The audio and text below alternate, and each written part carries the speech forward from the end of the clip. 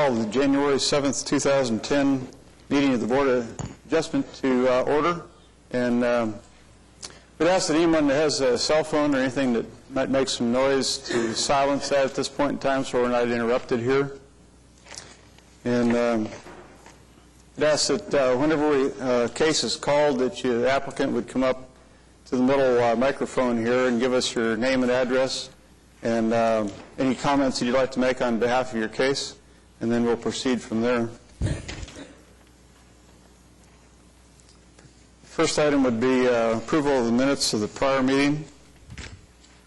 Last meeting is December 3rd. Go ahead. Motion to approve minutes. Okay. Second. Motion is second to approve the minutes of the December 3rd meeting. All in favor say aye. Aye. Opposed? Abstain. Okay, they're approved.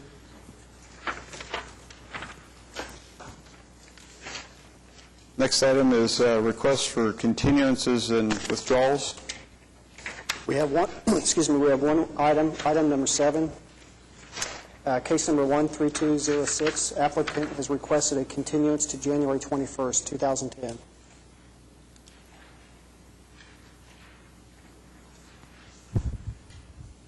Are there any other requests for continuances or withdrawals from the audience? Is there any objection to that continuance of item number 7? Okay. Move the continuance. Second.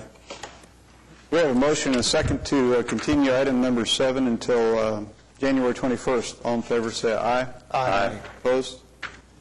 That one's continued. If you're here for that, you can leave at this time.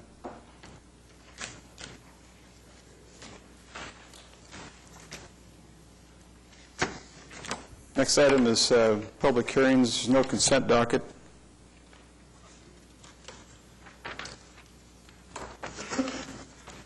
First item is item number 1, case number 13205, request for use variance of Arrowhead Energy, Inc. for permit to drill an oil and gas well in the AA District, located at 11116 South Luther Road.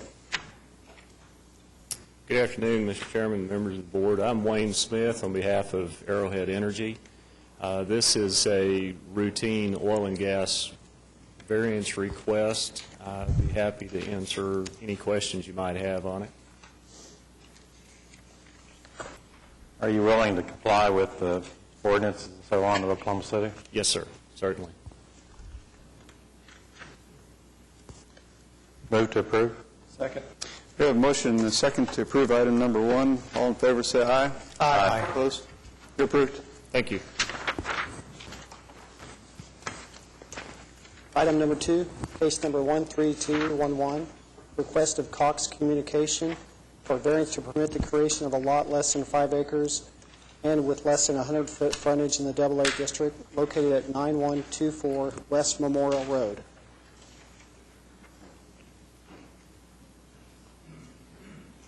Ronnie Logan with Cox Communications, 2312 Northwest 10th Street. Okay. Be sure and speak into the microphone there so the audience can hear you. Is there any comments you wanted to make other than what's on the staff report? No, sir. No? No, I don't think there's any protest on this, do. No unfavorable considerations from staff. I move to approve. Second.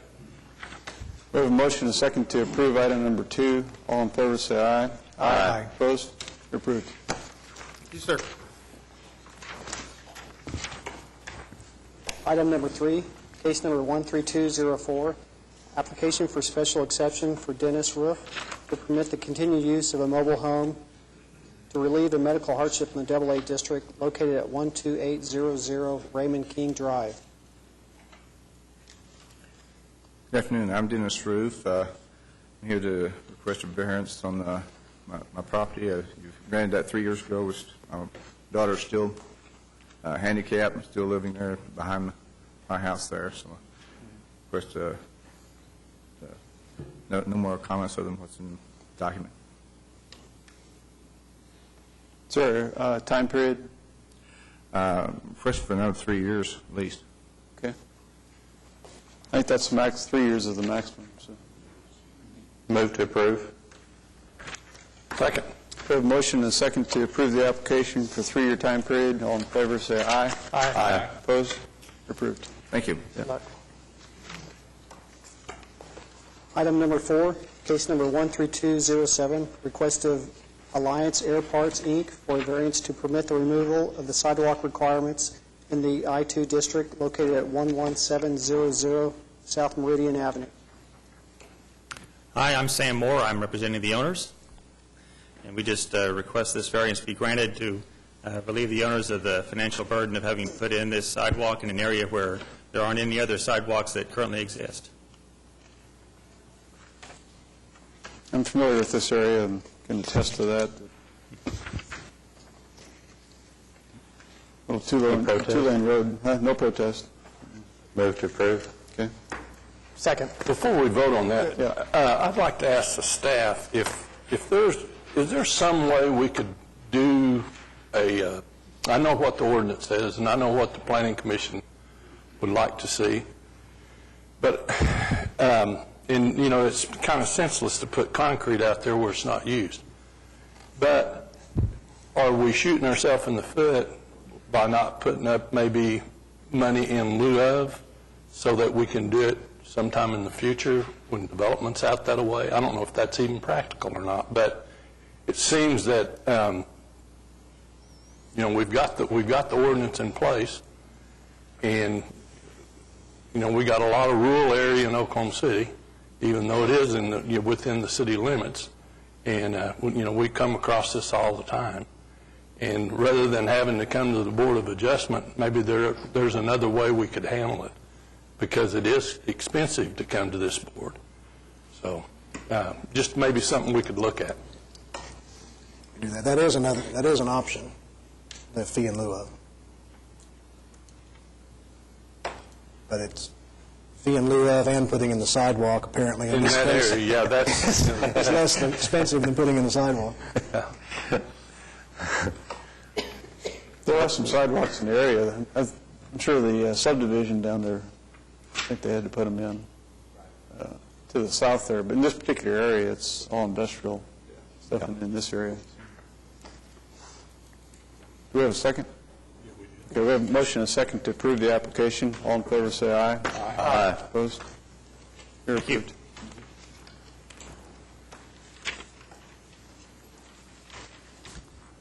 Item number 5, case number 13213, request of Northwestern Associates for a variance to the required number of parking spaces in the C3 district located at 6714 Northwestern.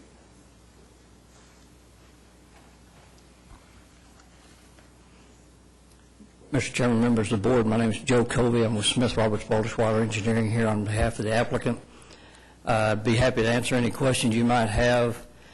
This application was prompted by a remodel of the existing restaurant, and some of the existing parking on the west and north side of the building did not meet code. The parking has been removed. They are wanting to put a patio area on the north side of the building, uncovered. It'd just be patio tables with umbrellas for seasonal type use for the summer months usually. They own the property to the northeast and are going to be making a parking lot out of it, putting more spaces than what's required by the code to bring the restaurant into compliance. The only thing is it's across the street from the site. We would ask the board to approve our request to tie those two pieces of property together to meet our parking requirement. Joe, are you doing this under the same construction contract and permits and that kind of thing, paving that other area over there for this purpose? I mean, can you tie them together? Or Our company did the grading plan and the parking lot plan for the property to the north. We were not involved in the remodel of the building or anything like that. The architect involved in that was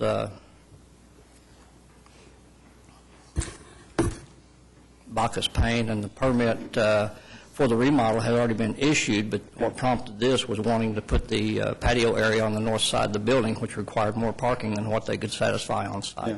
Yeah. But are you authorized to tie this deal together? Where they hired us to make the application on their behalf. Okay. Is that what you're? Am I still? I guess if we tie these things together and say that they're dependent upon each other, that That's But really, this parking lot has to, that's really what we're asking you to do. has to tie stay, these two has to pieces stay of with that. property. Well, some people will ask to do this over here, and then all of a sudden that lot goes away at some point in time, you know. That was the only way they could make the application work. The property to the north where they want to put the parking lot is under a spud for a parking lot, and that's what it was zoned for, is to put a parking lot over there. If the board, and I'd bow to JJ, but if the board ties these two pieces of property together, I don't know that they can separate them then after that, because unless they can buy property adjacent to this to satisfy that parking requirement, those two would also. How does it follow the property? You know, if they went and said, I'm going to sell this other parking lot over here, how does it follow that? If it doesn't go on a deed or something, I'm not sure how it follows the deal. Hopefully it would be caught if a permit were applied for over there, but in this case, he's given us legal description of both pieces of property and include both on the site plan. So Yeah. as far as the board order and the Board of Adjustment case is concerned, they're tied together. Yeah, just not sure it follows through in the deed. If something that happened in the future, it would just be We a could sell that zoning property violation, and we didn't Yeah. investigate it. Mr. Chairman, if I might, what I would advise our client to do, and I advise all of our clients that when we do a board case for someone, to take their board order and file it at the courthouse in the land records. That puts people on notice, and it will put a title company on notice Yeah. when they go to sell this piece of property in absence of the other piece, that they've got a problem. Okay. So That satisfies my question. Well, what I wonder about is, you know, if I'm the owner of the property where the parking lot's going to be placed, I would condition the application on the idea as long as the restaurant needs that parking, so that in a sense, if you take the patio area out, the additional space is not required for parking, and therefore you're free on that acreage to sell and so on. I would have to, and I certainly believe the board has the power to do that. They only need 10 parking spaces of the 38 that they're putting over there to satisfy the requirement for parking. I don't know that the SPUD allows them to put a building on that property over there other than just a parking lot. I would have to read it and see, but if they could put a building over there and still meet this parking and the parking for the building, they could possibly do that. Mm-hmm. But they would have to keep at least 10 spaces designated for the restaurant. Is the parking for this restaurant and the adjacent parking lots and restaurant, do they have any cross access or anything like that? Do they? I don't believe they do. I believe there's a curb separating those two. Okay. So the restaurant that is adjacent to it, or that appears to be adjacent to it, does not have any parking rights on this property?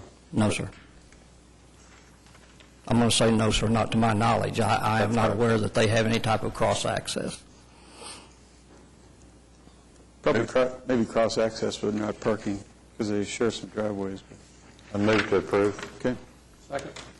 Motion and second to approve the application. Do you want to condition that on them filing something? Well, I think it'd benefit the owner, you know, and I'm not so concerned about it from the board's viewpoint. I was concerned about it from the owner's viewpoint. If I own the property, that's what I'd want. That was my suggestion. Otherwise, no. So your answer is no? My answer is no. All in favor, say aye. Aye. Opposed? Thank you so much. Thank you.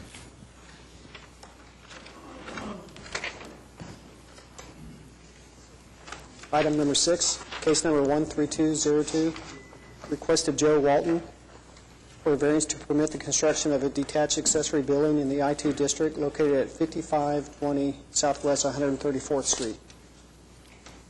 Yes, my name is Bob Walton. I'm here on this case, and I have some pictures here if y'all would like to see this building. Sure. Just bring them up here. You good?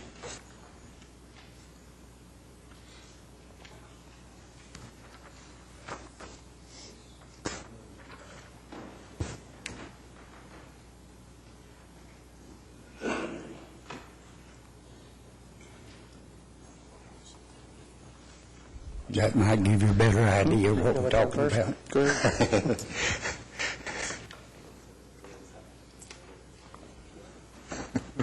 Any other comments you want to make while we're That building is built. looking at pictures? Well, I took those so, we could get a little better idea of where the building's located at in an industrial area. And there's been some new buildings put up. It's bigger than this one. Mm-hmm. Yeah. And I became by this building as I went to buy a motorhome. And he had bought this building to house this motorhome. So he just made me a deal on a kit for the building too.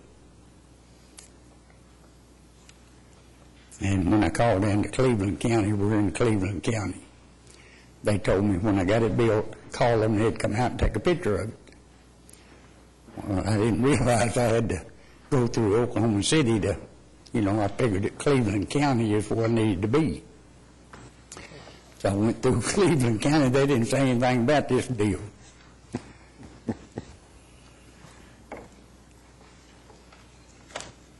One of our challenges with a big city. It's to house a motorhome and my boat.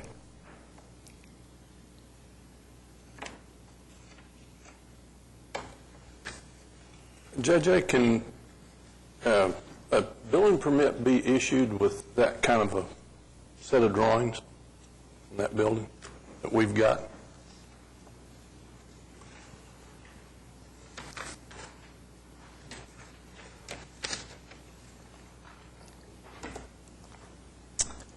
For residential, probably so. If he can show just the dimensions of the buildings and the location from the property line, an applicant on a residential application can draw the plans themselves. Okay. Yeah. Then they have to meet the ordinance on Well, that's the drawing they electrical helped me. and everything else. That's the drawing they helped me with over at the Planning Commission. So there hasn't been any inspections?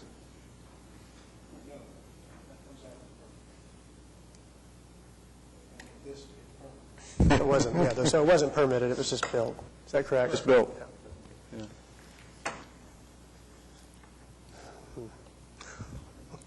Now, I did check on this pitch on that roof, and it is a 4 to 12 pitch. It's Can I see that again?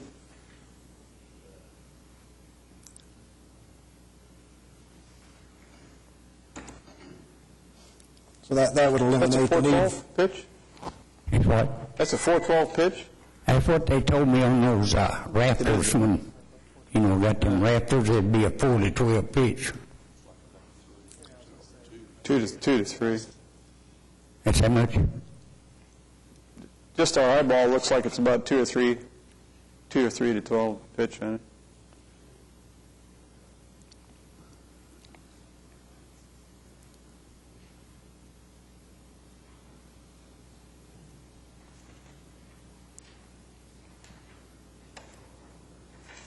If the variance is granted, then he has to get a building permit?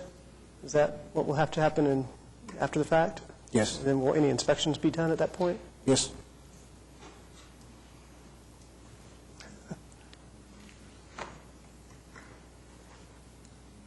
Is this the number of items? There's 1, 2, 3, 4, 5, 6, 7 items that it doesn't comply with our ordinance?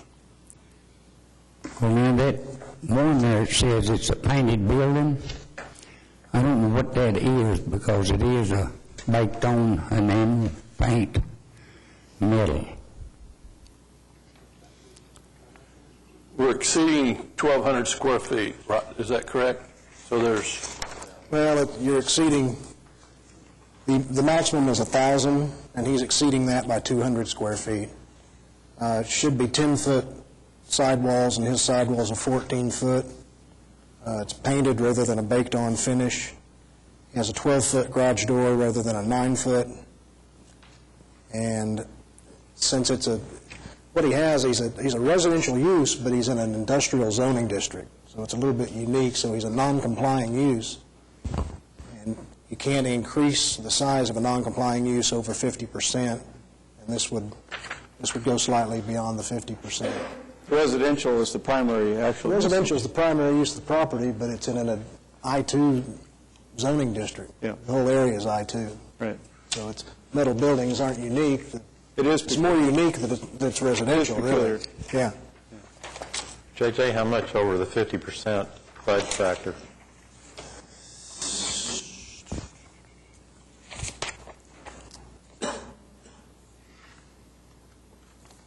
Yeah, the building is 1,200, and whatever the size of the house is, we didn't have the size on the house. Do you know what your square footage of your house is? It's what now? How big is your house, square footage-wise? I live in a trailer house. The trailer house is up by the street, and there's buildings in the back. And the trailer house is 86 foot long, 14 foot wide.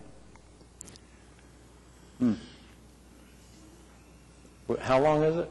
86 foot. Is that 1,100?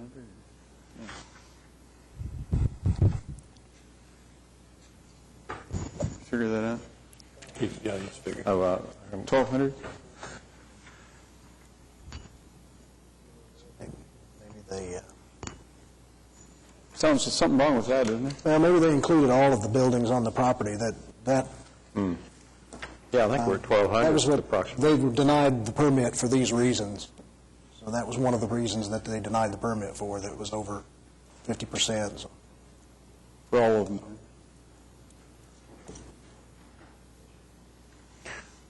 We have previously approved this kind of building. I can mention who we approved it for. I don't want to do that necessarily.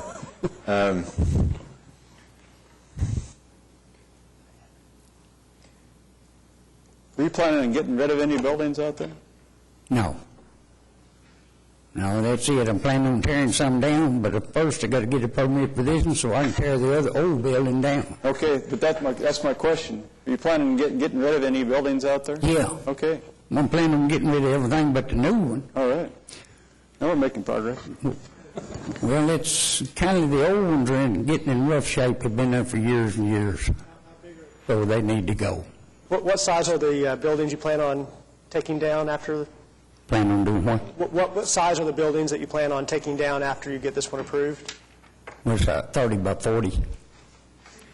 That's the size of the one you'll be tearing down after this? No, it's bigger than that. The one I'm tearing down is bigger than that.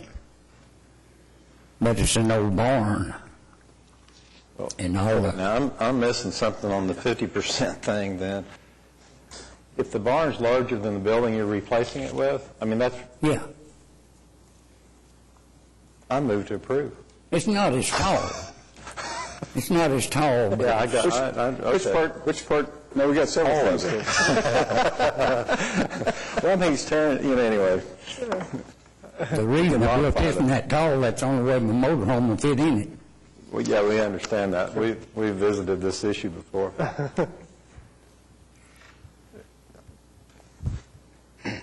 No second. Does anybody else? It seemed like Jim had a question.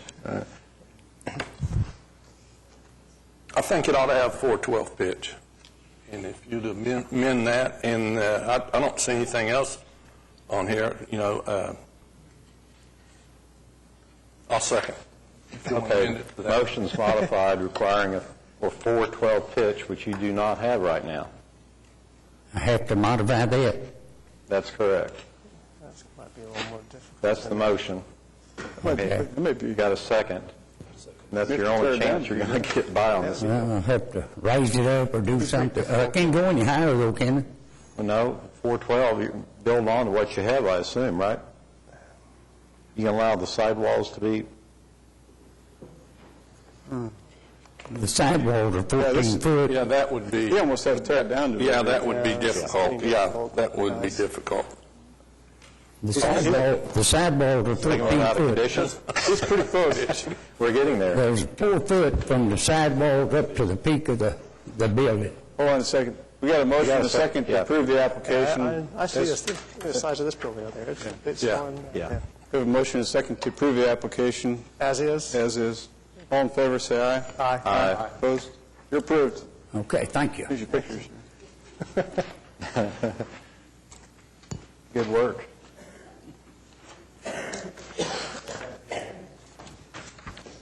Item number 8, case number 13208, request of Robert Jantz for a variance to permit the reduction in the minimum lot width frontage in the AA District located at 3103 Southwest 104th Street. Good afternoon. I'm Robert Jantz. I would like you to approve this frontage variance on Southwest 149th so that we can have 5 lots on 35 acres.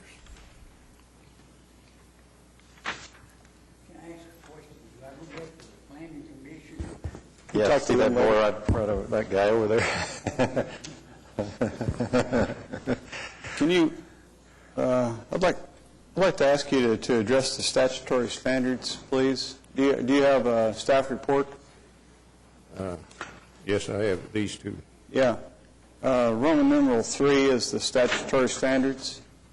Yeah. And they're A, B, C, and D. And could you address all 4 of those for us?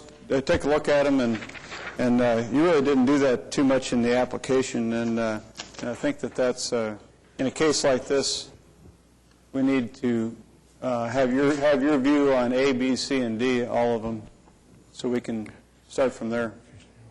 Okay. Well, I don't know of any hardship this would create at all. Besides the fact that we got 35 acres, and if we couldn't get the variance for the 115 feet, we couldn't put another building out there, so we could only have, what, four buildings on 35 acres. So what we're doing is trying to get the variance to be shortened so we can add 1 more building out.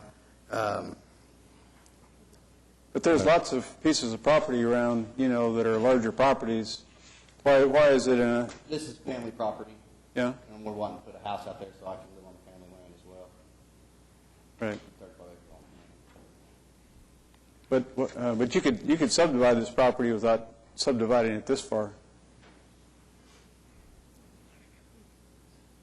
That would require, would that require a city a road? You've got, you have enough frontage to subdivide it in 2. When we went to get the building permit, they said we had, each of the lots had to have frontage on 149. I understand that if you're subdividing it this far, this much, but if you were just splitting this parcel in 2, you wouldn't have this problem. You're trying to subdivide a long, thin piece of property. Yeah. Which we have to look at this and say, is it reasonable to do it this way? Right. Well, but is that all we need to do on item A?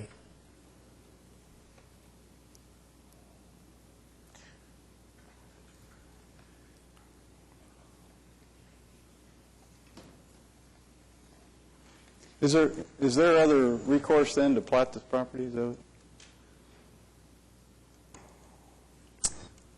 Without the required frontage, the only way to get that would be to run a private road up into the property, cul-de-sac, and cut legal 5-acre lots off of that. Right. Yeah. That's. But there is a recourse in how you do this. Okay. He's going to have to put private roads in anyway, isn't he? The application he's asking for is for his frontage to be on the arterial, and then access to the individual lots will just be driveways leading from the arterial. 5 individual driveways. So he's going to have to put access to those individual lots. Just by driveway. But you've got to, the way it's set up right here now is that we could be in a situation where we're making people put long driveways back to some certain place here. And the typical way for this kind of property to be divided is by platting it and putting one drive in. Well, that is it's a common access way out to the public street out here. On 3151 on there, does it show that 3151 is an oil well right-of-way road that actually runs back there through all of that whole property from 149th all the way to the north side of the property line. There is a road, but there's an oil well right-of-way road that runs all the way through there. So could we branch off of that oil right-of-way? No, I understand, but I'm just saying that that a reasonable splitting of this property would involve one road going in there, splitting into, that's the way property is normally split up, is through plating. Obviously, if this property was sitting the other way, you wouldn't have this problem and stuff, you know. Not at all, right? But you get a long, skinny piece of property, and usually the people will go in there, they'll put a cul-de-sac back in there. They'll just run one road, put a cul-de-sac, and then all your lots are off of that, you know. And one reason I wanted to avoid that is I've got 3 children. I've split the property into three basic lots, and I wanted each one of them to have some frontage on 149th. And we've got legal descriptions that would indicate that. Staff's report suggests that there's a 5-acre tract that's landlocked. How do you address that? Not going to worry about it. You're not going to worry about that? No, because one of my children is going to be deeded 15 acres, and that would cover all that. Then why split that into a 5-acre tract? What's that? And why subdivide that in that particular part of it? It's just what's left over. You're talking about the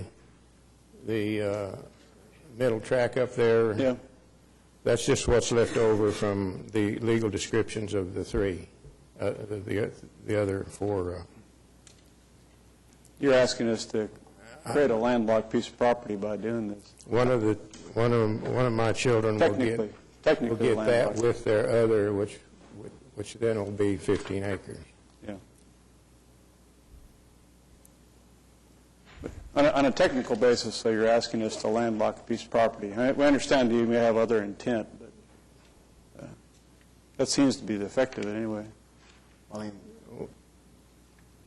we're not trying to landlock it to be used as the same use as it is right now. I know, but if for some reason, under this situation, splitting up this way, if under some situation where that somehow got off somebody else, all of a sudden they've got a piece of property that, I know you say it wouldn't happen, but, you know, yeah. And there are properties that we run into these kind of things with from time to time here. You want to give you, I want you to be able to talk about the various items here. What's peculiar about this property? Item B is what's peculiar about this property over another 35-acre tract some other place, or 50-acre tract, or whatever. This where I was born and raised, where I grew up, and that's where I like to spend the rest of my life living as well. It's like my grandfather's known it since the 1960s, so that's why that piece of property would be important to me, and why I'd like to have my house there. I might ask you to speak in the microphone. I was wanting to keep We'd like to hear you. We want to keep this in the family. I guess that would be what would be peculiar about it.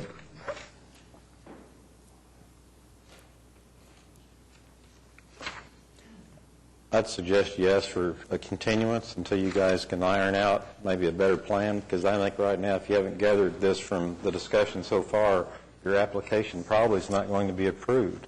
And so I would suggest that you rethink your layout here on the land and come back to us maybe if you have to, and go back to planning with whatever you come up with. This is where we got this plan at right here. We were talking with these guys and with the building permit people to get to where we are right now. And they thought it was okay to have a landlocked 5-acre acre? They said, as long as we understand that. No other buildings could be put there. But that piece of land is really not in one of the legal descriptions that we have. It's still part of the 35 acres. Make a motion to deny. Second. Okay. We have a motion and a second to deny the application. All in favor say aye. Aye. Aye. Opposed? Sorry.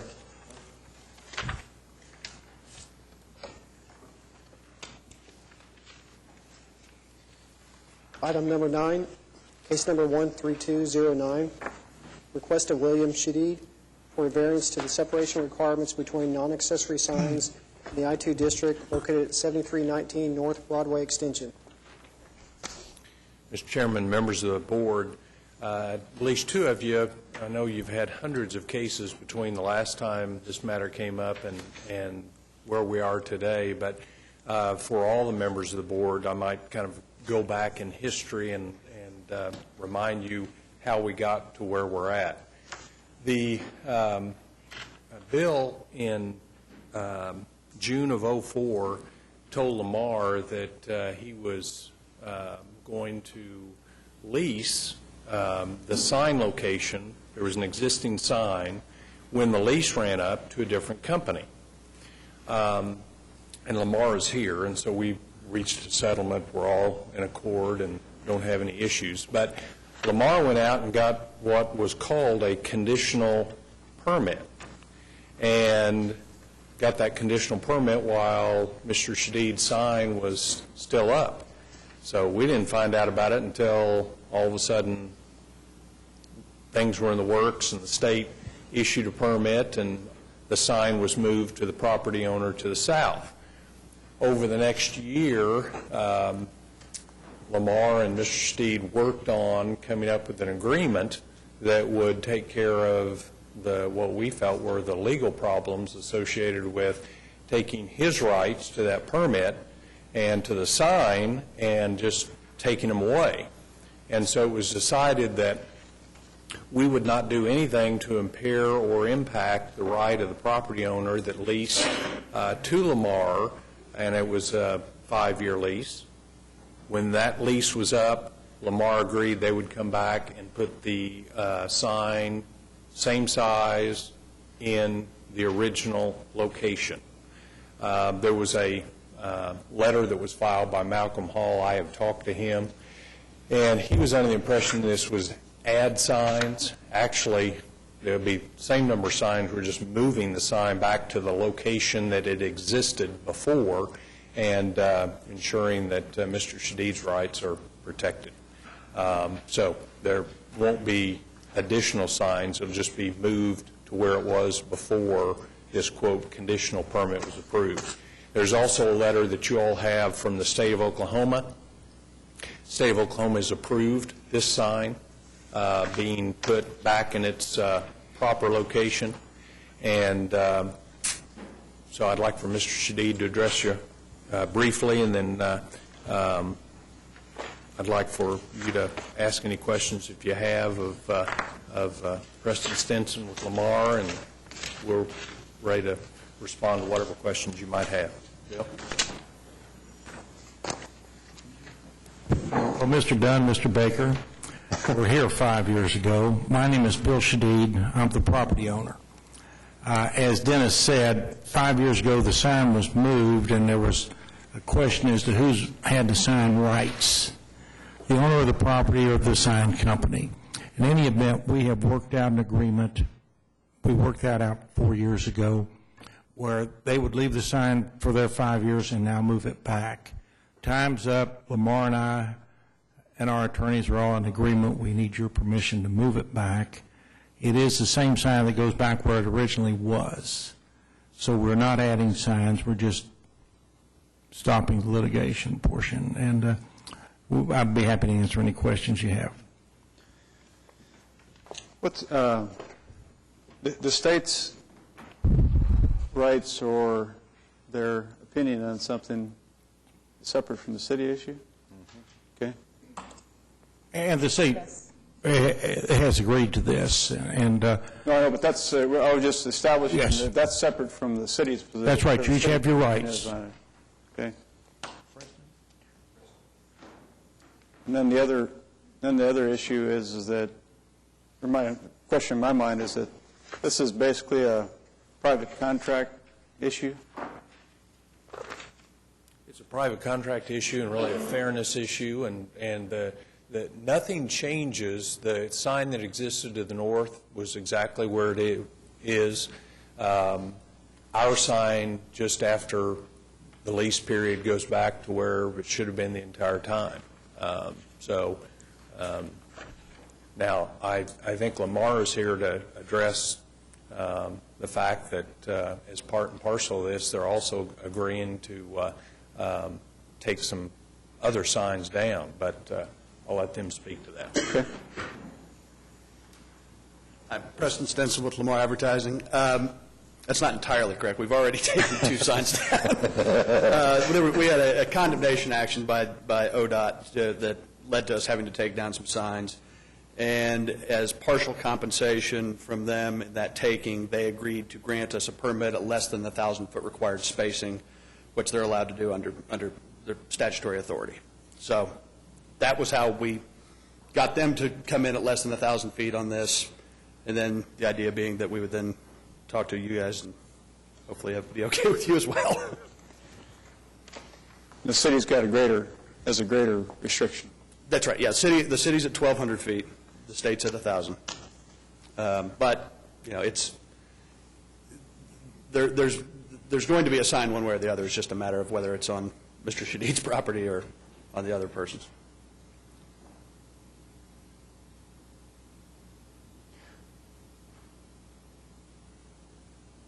Oh, you can move it on the same property?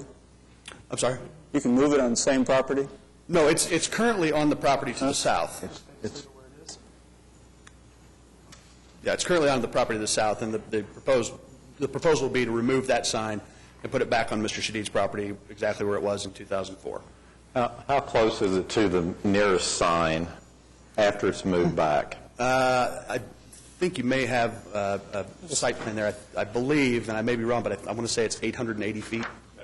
That's what they have. What about the next sign, the one that's the next sign up but the farthest away? Up by Wilshire. I'm sorry, say the sign that's now the next one farthest away from, or the greater distance from where this new sign is going to be built. Right, yeah, where the new sign would be, the sign immediately to the north of that would be at 880 feet. It currently is at, I think, just over 1,000 feet. Okay, I'm looking at, there's 2,400 feet between signs, Okay. right? What are the dimensions on both sides of the new sign? Okay, I believe, and I don't have it in front of me, but I believe the one to the south is nearly 2,000 feet.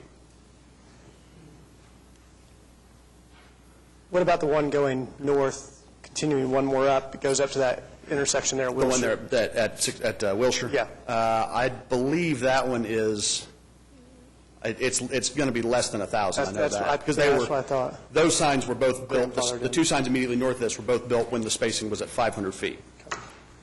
And I think currently that sign is 1,170 feet away. Is that correct? Is that what it is? It that far? Okay.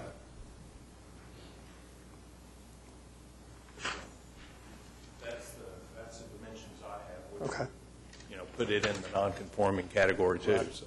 So if you move this sign, then what's the distance, the greater distance? Then you said it was 880 feet to the. No, I mean the other way.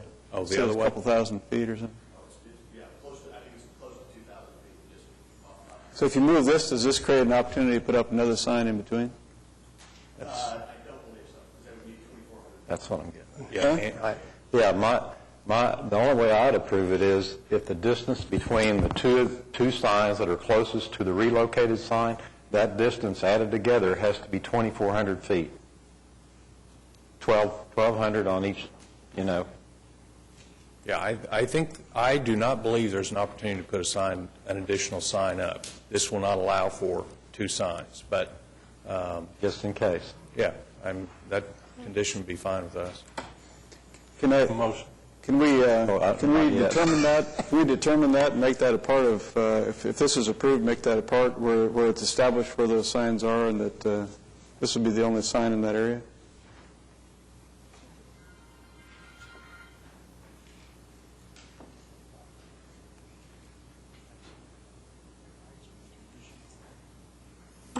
You could. That property is not before you, so you would be affecting the rights of other property owners. And what's before you is just this sign on this property by these parties. So if you said you'll approve this with the condition that somebody else won't do something in the future, your jurisdiction wouldn't go that far.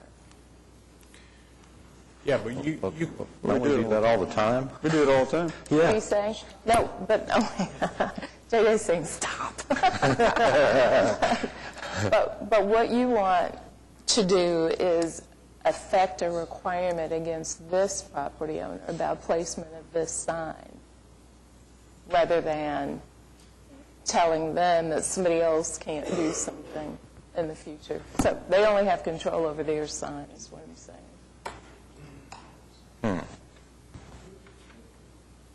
So what's your suggestion?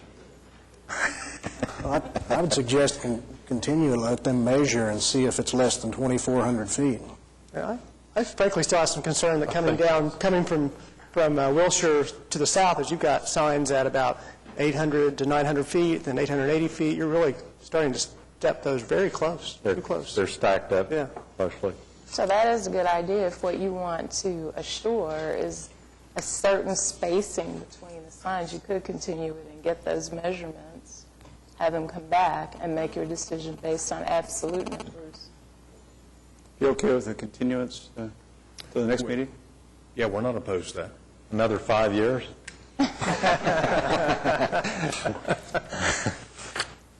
Yeah, we'll have the answers to that on the dimensions, and we'll coordinate with the state and see in 2 weeks. Okay. I'll move to continue. Second?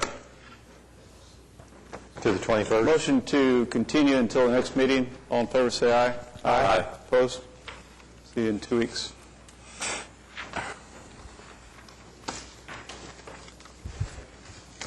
Item number 10, case number 13210, request of Chesapeake Land Company for variance to permit the construction of a 6-foot-tall chain-link fence in the R1 district located at 6220 North Shortell Avenue. Tim Johnson and Dennis Fox are here for the applicant. Dan Ladon is here on behalf of Chesapeake. What we're requesting is that you allow us to put a 6-foot fence as opposed to a 4-foot fence. This is going to be a community garden, and we'd like to make sure that the community doesn't get wider than we think it'll get, and keep people and animals from taking the fruits of our labor. So we're here. I know there's a couple of neighbors that are here. They had some questions. I don't know if we've answered them, but Dennis, would you address the unfavorable consideration, please? Absolutely. Do you have a copy of that? Yeah, I do.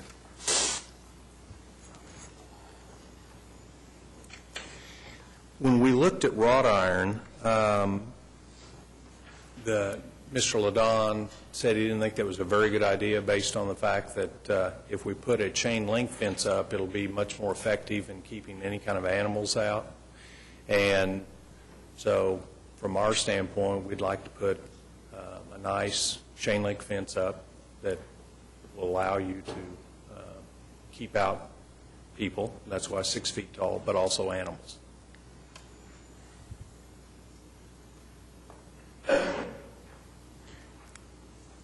It's kind of aesthetics. I mean, I have to What like kind of animals do you think I'm sorry.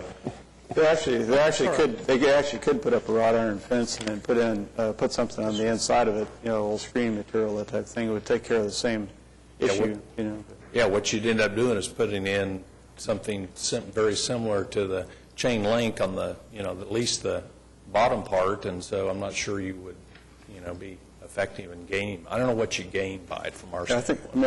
I personally think it'll look a lot better. Money's hasn't been a consideration in the past in improving that area. They've always done a wonderful job, and we all recognize that. And just concerned about creating a permanent situation here. That. And ultimately, this will not be permanent. I mean, this is kind of an interim use, and Can you let Dan to that? Ladon speak to it. Dan. That's always a factor. Can you speak to, or can you ask him to speak to a possible limitation of the time period in this? Sure. 2 questions, chain link and time period. Dan Ladon, Chesapeake Energy. Chain link, one, because of the expense. This is an entire city block.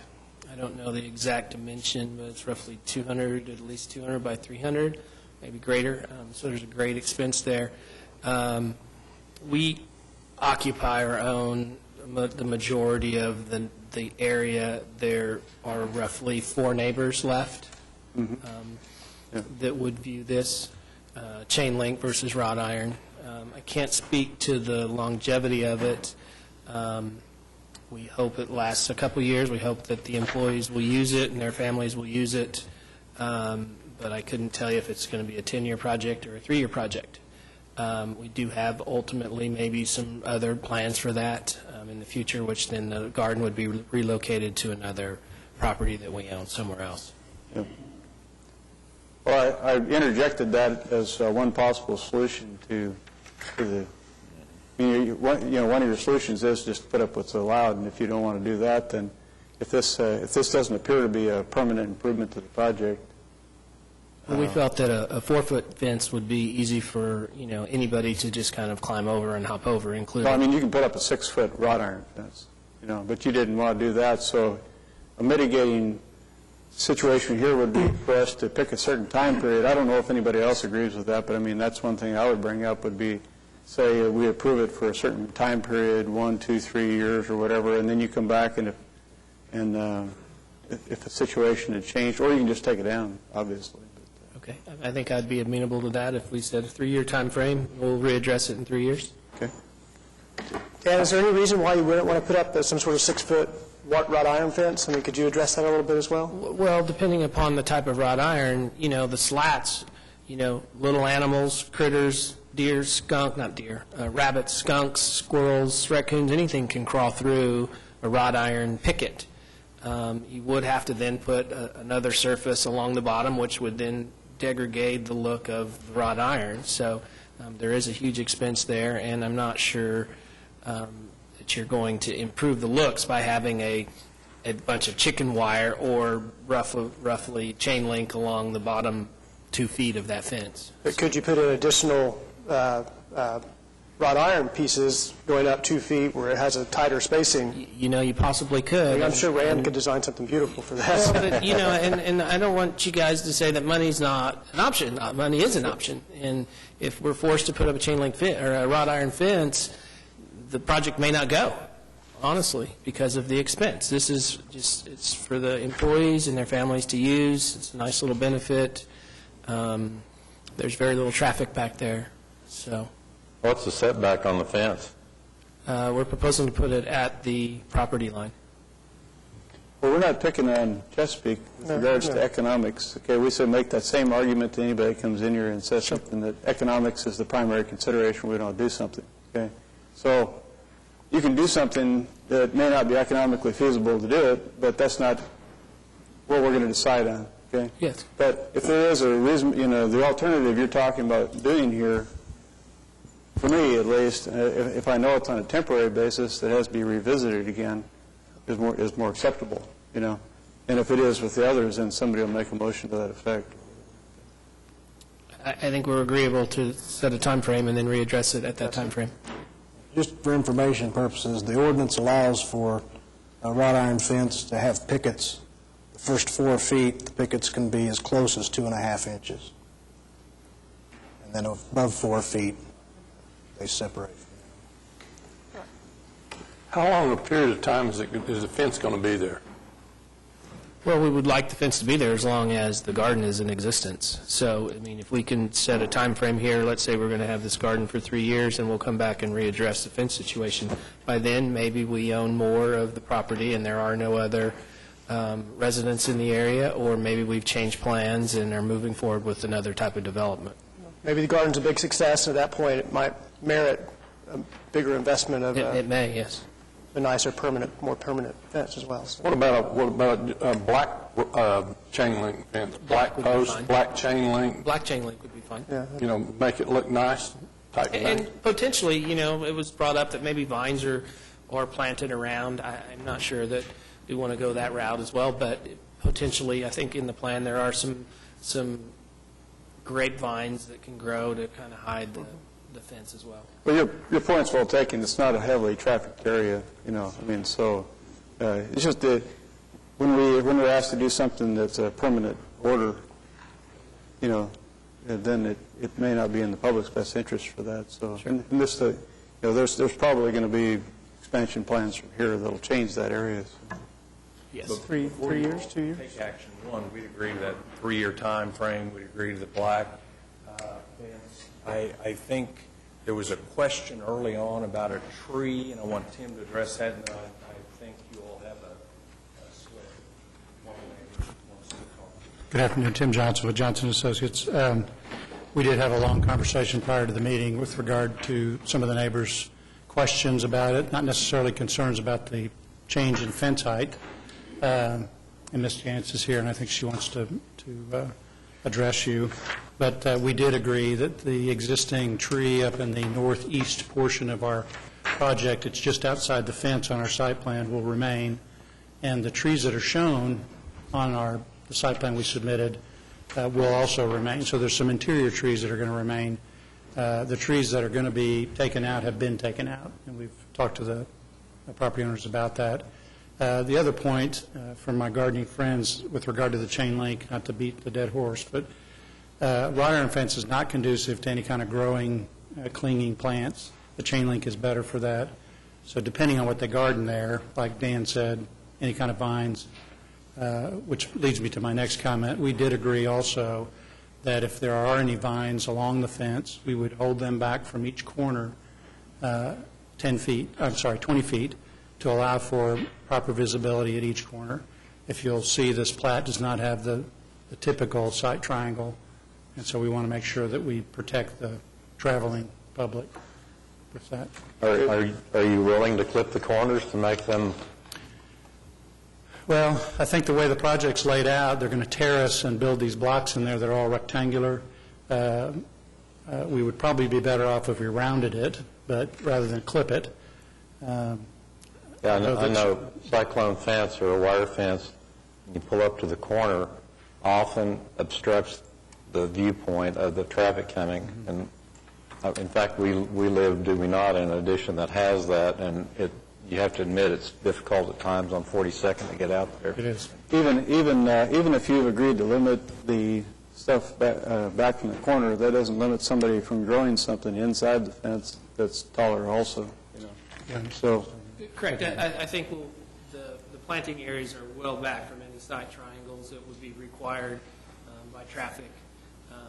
There is only one resident that potentially would drive down that street, and she is one block east, and I'm not sure they drive. So there is not any traffic coming from the east to the west that would be affected by a site triangle if you were trying to cross Chartel from the east. Again, there's only one resident. There should not be any other traffic back there. Okay. They'll have to clip or round the corners to get them out of the site triangle anyway. Yep. And they can't grow anything over 18 to 24 inches in the site triangle. Make sure that there's nothing in the site triangle. Okay. That's part of the permit application. Good. Ms. Jantz, you want to just speak into this microphone right over here? It'd be great. Well, I think... Your name and address, please. I'm Judy Jantz. I live in that house, 816 Northwest 62nd Street. The house is closest to the parking lot on 62nd Street, on the south side of the street. And I do hope that that D on my house means dwelling and not demolished. And this is my neighbor, Ann, and she lives next door to me. And her house is marked D also, which we hope means dwelling and not demolished. And we just want to make that, is that right? Yeah, you don't have to worry about it. Okay, thank you. Yes, we had a question, and Dan had said that they wouldn't have vines growing on the fence. And so when it came up, then I'm like, okay, now I got to talk. Well, I had a squash vine that grew over the top of the fence between Ann and I, and it's 6 foot. And so I know that you really have to watch these vines, and in Oklahoma, that is one of the most wonderful plants that we can plant is vines, because they do so well when it gets hot and dry. And so having that corner open to view would be pretty important. We had a rough and tumble accident at the corner of Francis and 62nd just one evening this week. And so we don't want to have site problems at Chartel, which is a much more heavily trafficked street. And Dan's right. There's not, or was it Dennis? There's the one dwelling on and 61st, and they may use that corner. But there's quite a bit of traffic that takes off east on 62nd to Lee, because you can get up to the corner of 63rd and Lee and make a right and head off to the Broadway extension instead of standing in line with all the cars that don't have a light on 63rd Street. So we just want to see that left open. Right now we've got pickup trucks that are involved in the construction work that park on Chartel Street between the alley, between 61st and 62nd Street. They park from the alley up to the corner, and it really does block the sight of the corner of 62nd Street when you approach Chartel and you want to turn there. So we're concerned about the corners being, visibility being good. And I think that they're willing to address that. You know, it's just something we'll keep an eye on, and I always let Dan know when things are haywire. Which we appreciate. They work with us through the whole zoning process, and we do appreciate. Mr. Johnson tells me that side triangle would be the 20 feet, and that's why he mentioned the 20 feet. Okay. That's great. That's great. And there are lots of little critters out there, so if they put a wrought iron fence in, they would have to do something to the bottom of it. And lots of little critters and lots of big critters. We have deer that run free and jump fences. So that's a concern, too, for a gardening community. Okay. Do you not object to the wiring to the cyclone fence? I don't like it. I'd rather see the wrought iron. But, you know, you have to do something inside of it to keep the little baby critters out. There's lots of them. We've got possums and skunks and raccoons and squirrels. And that block is infested with voles or moles. I'm not sure which. So that's always a danger for gardeners. And I am a professional gardener, so I keep watch on this stuff. And that is good ground under there, but on top of it, they've dumped concrete and they've driven big trucks. And there's got to be a lot of amending done to make the grounds ready for the gardens. We're just on fences right now, so. And the slope, they're addressing that with raised bed terraces, because you don't want stormwater drainage stuff. And we need to stay with the fence right now. Okay. Get that fence up and get a garden going. Thank you. All right. Appreciate it. Anybody else? Go ahead, motion. Black fence. I think that's it, Chair. 2 years, 3 years? Yeah. 3 years. 3 years. 3 years is fine. Second? What do you think? This black wrought iron fence with posts and... Just a black chain link fence. Chain link fence, I'm sorry.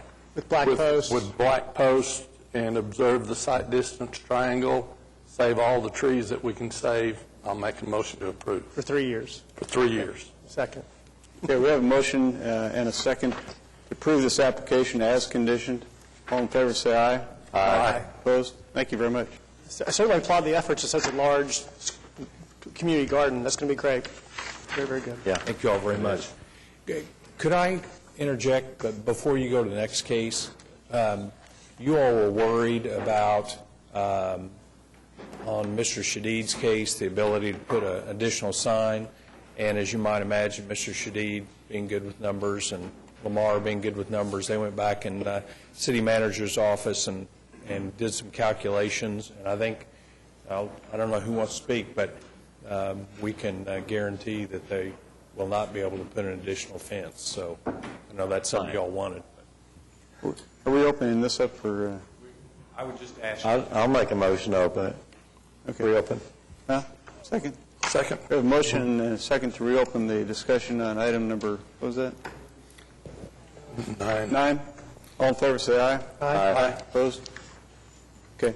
So as it turns out, I was wildly off. I apologize. The way the sign sits now, the next sign to the south is currently 1,080 feet. The proposed new location of Mr. Shadid's property would be 1,400 feet. So actually moving it north would make the sign to the south conforming to the new distance, although it would be still not conforming to the sign to the north. Yeah, and that does not allow then for additional signage in the area? Yeah, right. That's what I was concerned about. Okay. Is that legally acceptable? It appears to be. I was just checking that when he's saying that the numbers are 1080 and 1400. That seems to be fine. It would be. Okay. I'll move to approve. Second. Motion and second to approve item number 9. All in favor, say aye. Aye. Opposed? Nay. Thank you very much. Thank you. Sorry. 3-1. Huh? 4-1, I mean, 4-1. I got all kinds of mess up there. Item number 11, case number 13212, request of Chow Young, DBA In Zone Inc., for variance to allow adult entertainment in the C3 district located at 8884 Southwestern Avenue. Hi, my name is Amber McPherson. I'm here on behalf of Chow Young for Club Fusion. We're asking for a variance request today so that we may go ahead and change our establishment from the sports entertainment establishment and nightclub that it was to be allowed to open adult entertainment. I do understand that there has been a lot of concern within this case regarding residential and also local business owners in that area. And of course, I want to be able to have the opportunity to allow them to speak today and to be able to respond to any of their questions that they may have or concerns that they may have. The adult entertainment world, yes, we all understand what goes on within a lot of these clubs. We have made tremendous attempts to change how we run things. I am also the manager of this club, and I am there nightly at 6:30 till we close. Some of the concerns that were brought about were that the club is the feet, and as far as 500 feet rule between residents, church, and also, I believe, local parks. I believe by looking at the map here, we're located at C3 in the end of the corner of the shopping center, right there. A lot of people have said that there has been police called to Club, well, it used to be known as In Zone, to Club Fusion regarding problems, people being out past 2:30 in the morning, 3:30 in the morning to 4 o'clock in the morning. Where most nights we're dead since we've gone to Club Fusion, we've been dead by 1 o'clock, and we are closed and gone. There is a pool hall just adjacent to us that is called Brown's Billiard that police have come into our establishment regarding Brown's Billiards because they have found and stated themselves that they're there on a call and that stolen vehicles were found outside. That is a 24-hour establishment and has had several police calls and noise complaints from there. Is there any questions you may have where I know where I'm kind of going with all of this? Yeah, we have to address the statutory standards which are on there, A, B, C, and D. And the staff has made a couple of comments on here under unfavorable considerations. If you want to address those specifically, do you have those in the staff report? I do now. Yeah. It's on the second page there.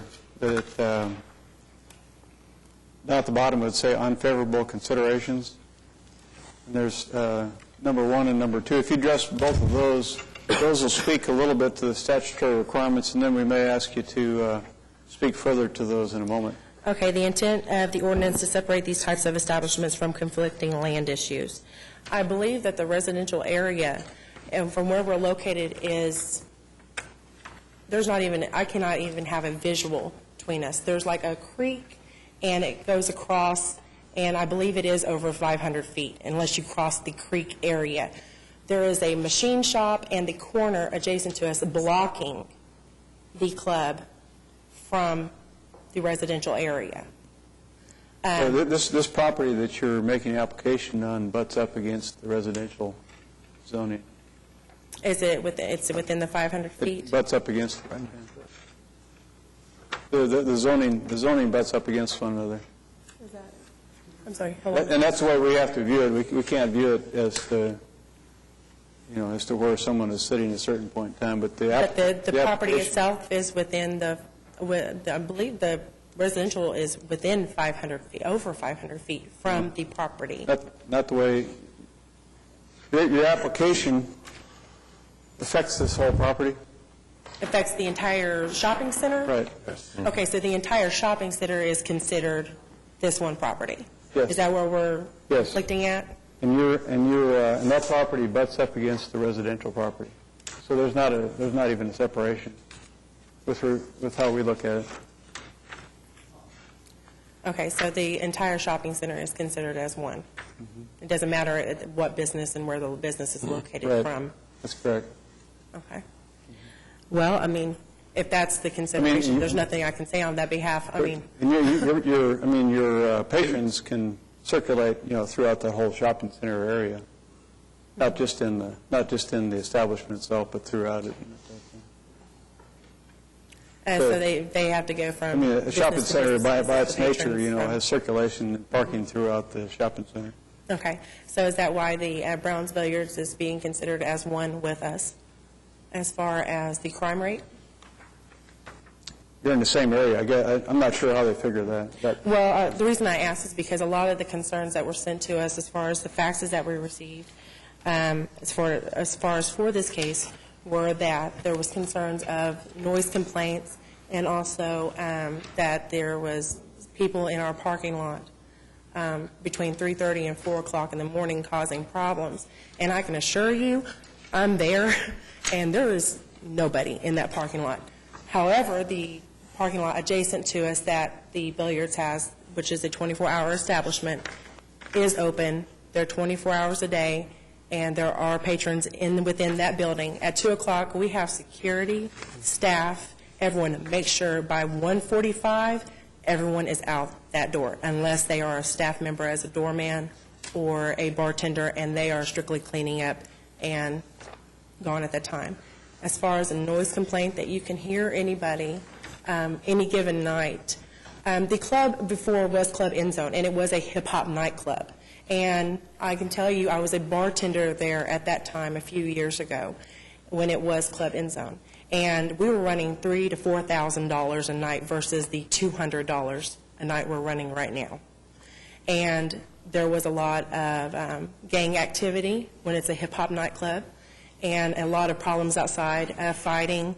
The police were called at the time, and that is no longer happening in this area. Back on the unfavorable considerations, can you continue to address that, please? Unique or peculiar about the property that would warrant the grant of the variance. On the unfavorable considerations? Mm-hmm. Number one, yeah, right. No, that's the number 2. That's right. Okay. If the property is considered as one, as far as the other establishments, our patrons, the club is going to remain a club. It's been a club for 16 years. If even this is not occurring, there's going to be a club come into that place. And, I mean, what can I say to that? I mean, there's going to be an issue brought before this board, and what we're trying to do is bring a clean, I mean, it is an adult establishment. We're a clean adult establishment. I have maintained very much full rules in place that require, we are right now a go-go bar. There is no topless activity going on within this club whatsoever. None. We have staff and doormen that are trained to watch. The girls have signed a contract that they're no longer, that they know the rules, that they follow the rules, or their job is taken from them, or they're fined for not abiding by those rules. There's no touching. Let me stop you for a minute. We're not really positioned to regulate how you run your club or anything like that, and how one operator runs the club versus the way you do yours may be quite different. And so we're blind to that. So all that we can see from up here, at least from my viewpoint, is residential property is right next door, coterminous with this shopping center. And for me, that presents a problem. That's where let me, if you don't mind, just one more. Where is the property line out from that? Used to come up. You'll have to speak into the microphone up here. You'll have to give us your name and address and speak into the microphone, please. Steve Skills, I help down there at the Club Fusion. Are you saying that the property, the whole shopping center butts up to residential? Yeah, you're a tenant in a shopping center. Right. And the shopping center is legally described as the whole shopping center. Oh, is this whole shopping center? Okay. And you have, as I mentioned before, you have access to the parking and the parking in the aisles to the whole shopping center. Right. And there's no one that can keep you, if you were in a separate piece of property that was, say, closer to Western that actually had a dividing and the legal use and right to use of the property from the residential area, it probably would be different. Okay. Well, there's nothing we can say to that. Right. I mean, No, because you can't. That's how it's zoned. If that's how it's zoned, then there's nothing we can't say to that. That's the way it's designed, and that's just what you find yourself in. Right. Do you have anybody? We have several letters of protest, but we have Yes, I have those two in front people of me. here. We got Peggy Reese. Would you like to, Ms. Reese, would you like to speak in this microphone right over here? Just pull it down to speak into it, please. Give us your name and address, please. Hello, I'm Peggy Reese. I'm president of the neighborhood Crestline Park and Southbrook Neighborhood Association. Okay. And I live at 812 Southwest 85th. Okay. Is there, you signed up to speak, is there something? Well, I'm representing myself and my husband and the neighborhood. This location has caused our neighborhood and myself lots of grief over the last few years. It was myself that I personally heard them last week. I have a little Yorkie that has to go out a couple of times during the night to potty. And when I took her out, it was 3:30 in the morning, and they were out in the parking lot from this location, hollering, screaming, and this isn't the first time. I have spoke with the neighbors that live down on South Ollie. Every single one of those neighbors have signed the petition. One gentleman told me he calls the police at least twice a week. It's interfering with their sleep. And the day before yesterday, my husband he took a little drive over in that area, in that parking lot. There's a police officer there that was pulling off 2 stolen vehicles out of their parking lot. So I've talked with the businesses. The businesses are very concerned in the area, and I believe one of them have signed up to speak today. But we just ask that you deny this and keep the 500-foot variance because it does affect us, and I know that the city is building, or the police department is building a nuisance case against this shopping center and against this club. Even though they've changed their name, the application was still doing business as the End Zone. On the application it said... Under corporation. It said Chow Young doing business as the End Zone. And I do realize they've changed their name now, but for what we can see, they're still causing problems over there for the neighborhood. Lots of noise, and like I said, they may close at 2 o'clock, but 3:30, 4 o'clock in the morning, their patrons are still out in the parking lot. And I've personally called, not recently, but I know the neighbors have been calling at least twice a week. They were even having motorcycle night on Sunday night and Thursday night, and from what I've talked to planning department, they even have approval to have 5 tables outside on the sidewalk where the people can drink and have a good time outside the building. So we really want this stopped if we can get it stopped. Okay. May I address her issues, please? Yeah, go ahead. Yes, ma'am. Club Fusion, we began this last month. Before that, like I stated, it was In Zone Sports Bar and Hip Hop Nightclub. Then when Mr. Young took over this property and bought it and has now paid off the property to the previous owner, he made all attempts to change music from the hardcore rap that was being played from the previous DJ to kind of stop some of the problems. There are no longer people sitting outside. There's no longer a bike night. And as far as any of our patrons being outside of our building at 3:30 in the morning, like I said, it's none of our patrons. Our building is closed, and I have gone out every night for the past month and closed the doors behind my bartender, and that in parking lot on with us is. I think we still. I think Mr. Dunn addressed this particular issue already. So, in that regard, but is there anything else that you wanted to? Well, this was just last week, a couple, 2 or 3 nights before New Year's Eve, when I was outside, when I heard all the commotion across my house is directly across the creek, so I can hear it from my house. Okay. And she is correct. Yeah, I think we'll. Correct, but it is there anything else that you? No, but I believe there is another gentleman that wanted to speak.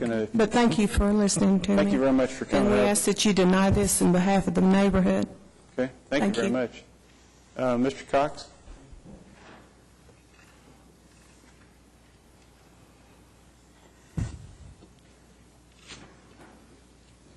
Thank you. My name is Ken Cox. We own HIS Paint Company, paint store. On your diagram, we're in section C3 where it says office. We're in the northwest corner right there. Go ahead and give us your address while you're. I'm sorry, 8808 Southwestern. Okay, thanks. And we share some of the same parking, some of the same lot interests as the establishment. We're about 100 yards away. Basically, we are asking, the ordinance, we're not a church and we're not residential, which has to go along with the ordinance, but the ordinance does say that there's a 500-foot separation should be between a church, residential zoning, and adult entertainment. So basically, we would just like to go on public record that we are against this. Okay. And that's about all I have to say. Thank you. Okay. Okay. Come on up. There is a gentleman that has bought the old painted door that's across, if you're familiar with that. Ava Scaramucci now has a restaurant in Bricktown, and she has sold that to a gentleman named Noble McIntyre, and he is remodeling that and putting in a convention center there. He is also very concerned about adult entertainment going in our area. And also Hobby Lobby, I believe you have a letter of protest from Hobby Lobby, and they are also against adult entertainment going in our area. Okay. Just wanted to make sure you had that. Thank you. Have anybody else? Nobody else signed up. If there's nobody else, I'll make a motion to deny the application. Second. We have a motion and a second to deny the application. All in favor, say aye. Aye. Opposed? Denied. Thank you.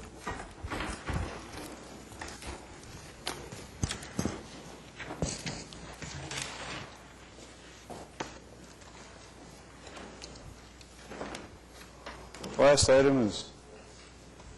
That's it. We got a final item. We do. You supposed to read that, or am I just?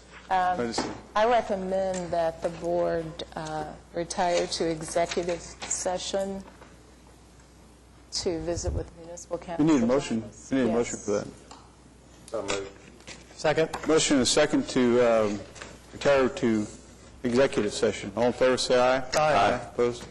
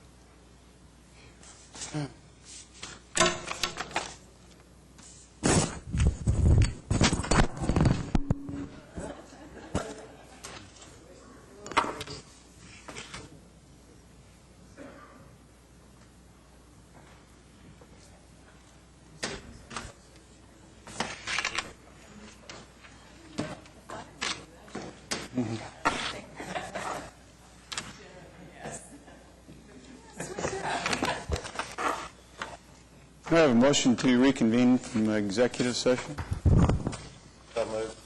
Second. Motion and second to reconvene from executive session. All in favor, say aye. Aye. Opposed? It's approved. We have a,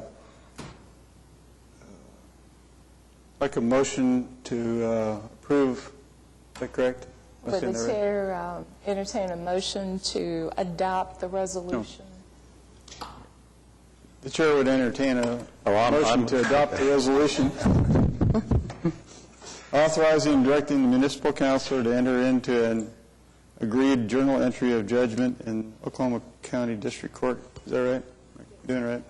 Of Kurt Rieger versus the Board of Adjustment, City of Oklahoma City, and the City of Oklahoma City, case number CJ 2009-9463. I'll make a motion to approve the resolution. Second. We have a motion and a second to approve the resolution. All in favor say aye. Aye. Opposed? Okay, it's approved. Motion to adjourn? So moved. Second. Motion and a second to adjourn. All in favor say aye. Aye. Opposed? Thank you. We're adjourned.